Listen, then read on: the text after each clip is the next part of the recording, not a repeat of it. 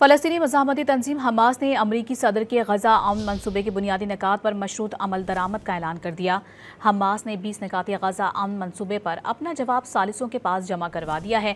जवाब में कहा गया है कि अगर इसराइल गज़ा जंग ख़त्म करे और अपनी अफवाज का मुकम्मल इनखला यकीनी बनाए तो जिंदा या मुर्दा तमाम इजरायली यरगमालियों को रिहा कर दिया जाएगा। हमास ने हथियार फेंकने और ख़ुद को गैर मुसल्लह करने से मुतालिक कोई जवाब नहीं दिया।